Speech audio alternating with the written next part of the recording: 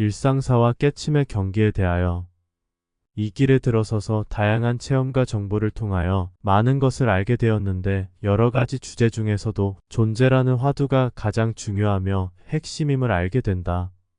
존재라고 하는 것은 형상이 있는 것이나 없는 거나 보이는 것이나 안 보이는 것이나 상관없이 신비롭게 베일에 가려 있다. 알려고 다가가면 다가갈수록 점점 숨어버리는 속성과 존재 속에서 존재를 들여다보아야 하는 어려움 때문이다. 이런 견해는 잠시라도 자신이 존재 속에서 벗어난 그 무언가가 되어 존재 밖에서 존재를 들여다보기 전에는 알 수 없게 된다. 따라서 존재에서 분리를 일으키는 과정이 매우 중요하다. 대부분 선사는 존재와 하나가 되는 길을 가기에 존재와 한 몸이 되는 것을 붓다의 가르침이라고 굳게 믿고 존재를 들여다보지 않으며 들여다볼 수도 없게 된다.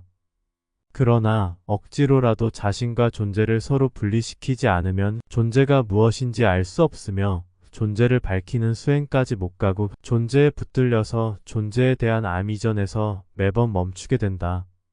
즉 존재에서 분리를 일으키지 않으면 존재를 알 수 없다. 다만 분리는 존재를 알기 위한 방법적 수단이며 존재를 알고 난 후에는 분리도 뗏목처럼 버릴 수 있어야 한다. 이런 분리의 소멸은 죽음이 저만치 다가왔음을 인지할 때면 적당하다. 그 전까지는 분리된 이원적 구조가 일상사가 되어야 한다. 선사들은 무아와 공성의 상태가 자신들의 일상사라고 하겠지만 완전한 일상사란 불가능하다.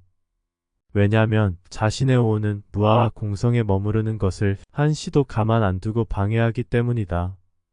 그래서 끝없는 자기 챙김이 필요하게 되어 변하지 않는 일상사의 상태를 유지하려고 애쓰게 된다. 또한 원래 일상사란 이러한 것이며 온갖 타협하며 자연스러운 것이라고 포장한다. 그러나 무아와 공성의 일상사 상태는 정확히 표현하자면 먹는 것도 아니며 자는 것도 아니고 숨 쉬는 것조차도 부정되어야 한다. 왜냐하면 의식은 오온을 허용하지 않기 때문이다. 의식 또한 몸에서 나오는 것이지만 의식은 오온을 소멸로 이끈다.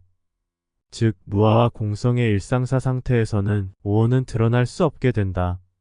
만약 오온이 의식을 통하여 드러났다면 무아와 공성의 일상사 상태가 아니게 된다. 쉽고 재미있게 글을 쓰면야 좋겠지만 어차피 인류 중 한두 명만 이해하고 알아차리면 그만이게 상태를 정확히 표현하기 위해서는 달리 방법은 없다. 아무튼 일상사 속에는 오온이 내재해 있기에 무아와 공성의 상태와 오온의 상태를 두 가지로 분리하여 볼 수밖에는 없다. 즉 무아와 공성은 마음에 항상 깔려 있으면 되고 오온을 제어하는 기능과 소멸시키는 기능을 갖추면 된다. 또한 존재를 안다는 것이 어려운 이유는 오직 자신의 지혜와 직관으로만 밝혀야 하기 때문이다. 원인이 되는 외부에서 들어오는 기본 정보 값들이 오류가 있다면 결과로 나오는 해답도 오류에 가깝기 마련이다. 깨침의 상태나 체득된 상태는 그것으로 알아차리면 되는 것이지 고집하여 그러한 상태에만 머문다면 존재에 또다시 속는 것이며 무언가 있는 듯 그럴듯한 도인의 경지에는 머물겠지만 아직은 존재에 대하여 털끝 하나도 건드리지 못했음을 자각해야 한다. 이 길에서 결론에 가까운 말이 바로 집착이 사라지는 것이다.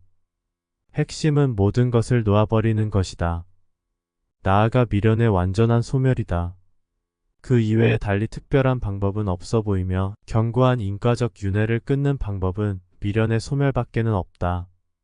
지난 과거에 지은 원인의 결과로 받아야 하는 업을 하나씩 건별로 소멸시킨다는 것은 복잡하고 번거로우며 과거에 자신이 지은 업이 무엇인지도 알기 어렵다. 즉 견고한 인과에 따른 윤회에서 벗어나는 방법으로 윤회하지 않으려면 인과의 사슬을 끊어야 하는데 인과의 주체인 자신이 소멸한다면 받을 업도 남는 업도 없게 된다. 말하자면 자신이 존재에서 사라지는 방법을 택하는 것이다. 이렇게 되면 모든 지어진 업은 갈 곳을 잃어버려 무가 된다. 그래서 자신이 사라지는 무아와 공성에 이르려고 하는 것이다. 그러나 자신이 존재하는 한은 어떠한 무아와 공성도 완전한 소멸이 아니기에 자신의 본체가 온전히 사라지는 비존재가 사유로서 드러나는 것이다.